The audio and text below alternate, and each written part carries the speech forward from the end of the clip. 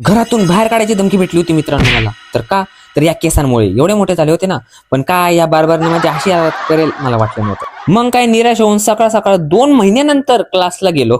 पोरांना वाटायला लागलं कोण नवीन पोरगा आलाय. इतका बदल झाला होता माझ्यात. क्लास संपला आणि गेलो स्कूलमध्ये बोर्ड सर्टिफिकेट घ्यायला. पण नशीब बघा दरवाजा लॉक.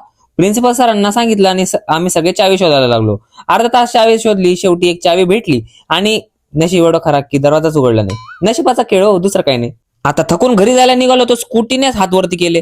सर्व्हिसला टाकावे लागले. भर उन्हात कोण येणार, पण अमोल आहे ना म्हणून वाचलो. एक कॉल केला नाही भाऊ हाजीर. आपल्या खानदेशमध्ये सर्विस खासियत आहे. हे पाय आपल्या पाचव्यात ऊन पडतं ते राजस्थान सारखं फिलिंग येऊन जाते. आणि जर पावसाळा सुरू झाला केरळ आणि कोकण सारखं वाटतं आपल्याकडे. आणि जर हिवाळा सुरू झाला तर डायरेक्ट जम्मू काश्मीर आणि बंगाली फिलिंग येते. जम्मू काश्मीर. संध्याकाळी मग पप्पांसोबत गेलो नवीन झालेली स्कूटी घ्यायला. सत्यजित सोबत पण थोड्या गप्पा मारल्या आणि मग काय आपल्याला Asian book of record certificate रे. उद्या मजा येणार आहे. हा ऍडव्हेंचर दिवस हसत हसत संपला. पण उद्याचा जो दिवस आहे तो तर खूप खास राहणार आहे मंडळी. तर फॉलो करायला विसरू नका. Bye bye.